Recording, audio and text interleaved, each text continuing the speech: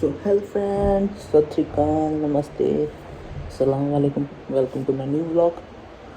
और पिछले व्लॉग में जैसे आपने देखा कि हमने 24 घंटे एक ट्रेन में बिताए और फाइनली हम पहुंच गए पटना साहिब, तखत श्री पटना साहिब। और मैंने फाइनली अपना 4 तखत साहिब भी कंप्लीट कर लिया। अब तक मैं जा चुका हूँ अकाल तखत साहिब, केसगढ़ साहिब, दमदमा साहिब और फाइनली पटना साहिब। अब एक तखत साहिब रह गया, हजूर साहिब, वो हम देखेंगे कब कंप्लीट करते हैं।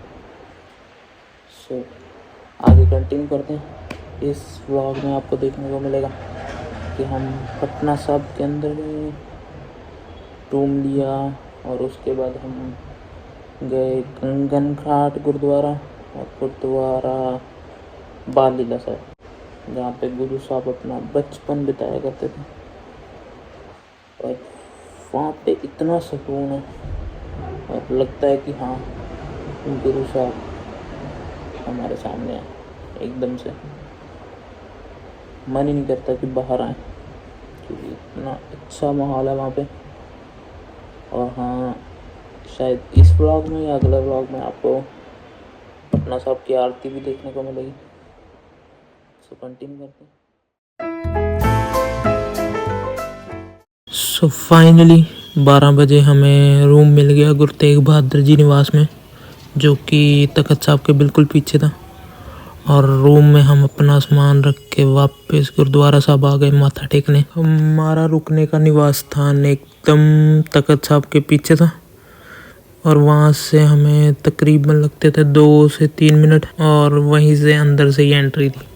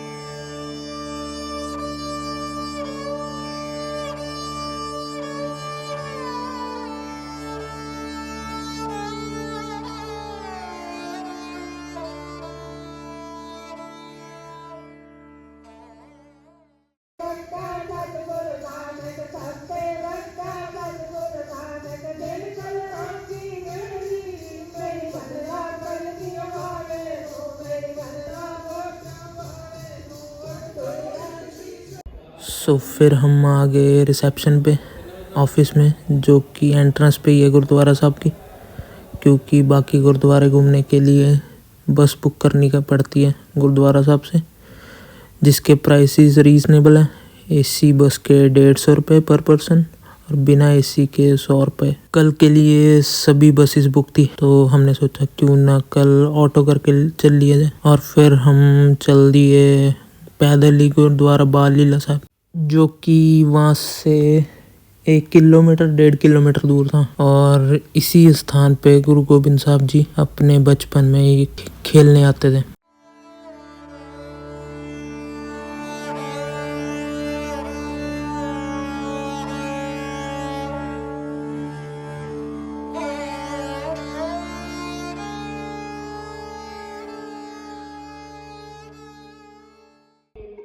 वैसे तो बाल लीला साहब में भी रुकने का इंतज़ाम हो जाता है, क्योंकि गुरुद्वारा साहब के पीछे ही निवास स्थान बना हुआ है, जो कि आपको 1000 से 800 रुपये में कमरा मिल जाता है। और अगर किसी को रुकना हो तो बाल लीला साहब में भी रुक सकते हैं।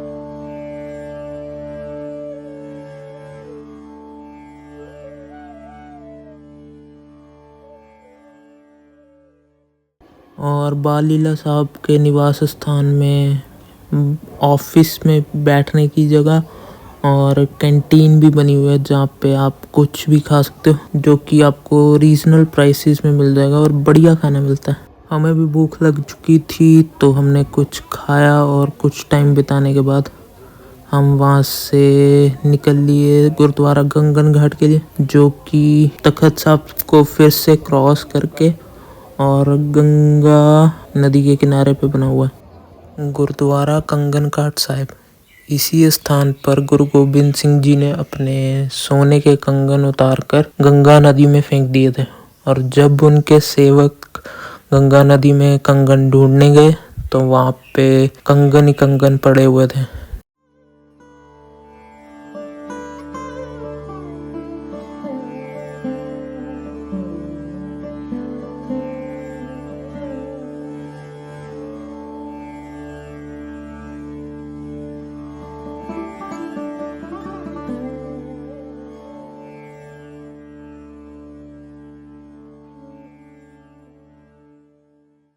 यहाँ पे रहने वाले लोग बताते हैं कि पहले गंगा नदी यहाँ तक होती थी, पूरा एरिया गंगा नदी में था, बट अब दूर चली गई है। तो हम आ गए हैं कंगन घाट, गंगा में।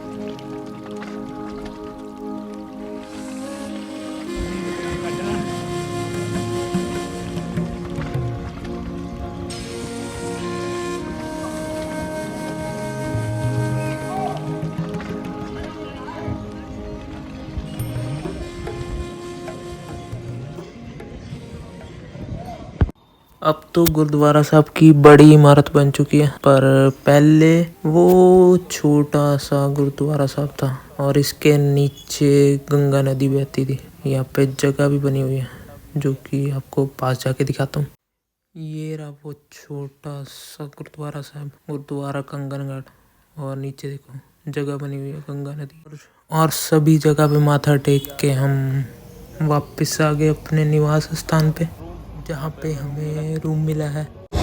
सो हम वापस आ गए अपने कमरे में, और ये रहा तखत साहब और ये रही हमारी निवास स्थान जहाँ पे हम रुके हैं, और ये रहा हमारा रूम। आज हम गए तखत पटना साहब, बाल लीला साहब और गुरुद्वारा कंगन घाट साहब, और यहीं पे आज का ब्लॉग का एंड करते हैं और मिलेंगे कल नए ब्लॉग में, और जाएंगे दूसरे गुरुद्वारों में जो कि हमारे रह गए 3, 4 और 5 और गुरुद्वारे। तो मिलते हैं नए ब्लॉग में, तब तक आज का ब्लॉग देखो, सब्सक्राइब करो, और हाँ याद से घंटी वाला बटन। यहाँ से तखत साहब कितना सुंदर लग रहा है, लाइटिंग ही लाइटिंग। और अब हम जाएंगे लंगर सुखने, फिर दिखाते हैं कैसा लगता है तखत साहब रात को। तो चलते हैं, बाय बाय।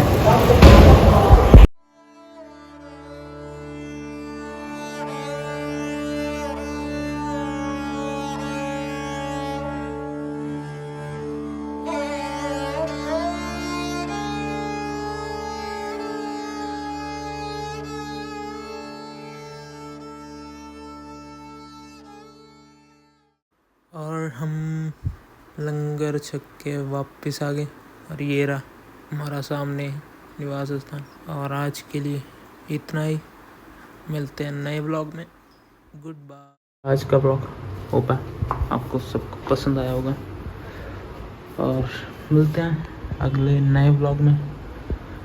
तब तक के लिए गुड बाय, टेक केयर। हाँ, याद से सब्सक्राइब, लाइक और शेयर कर देना, और घंटी वाला बटन भी दबा देना ताकि आपको अपडेट्स मिलती रहे नए नए व्लॉग्स की। So till then, bye bye, सत श्री अकाल, नमस्ते।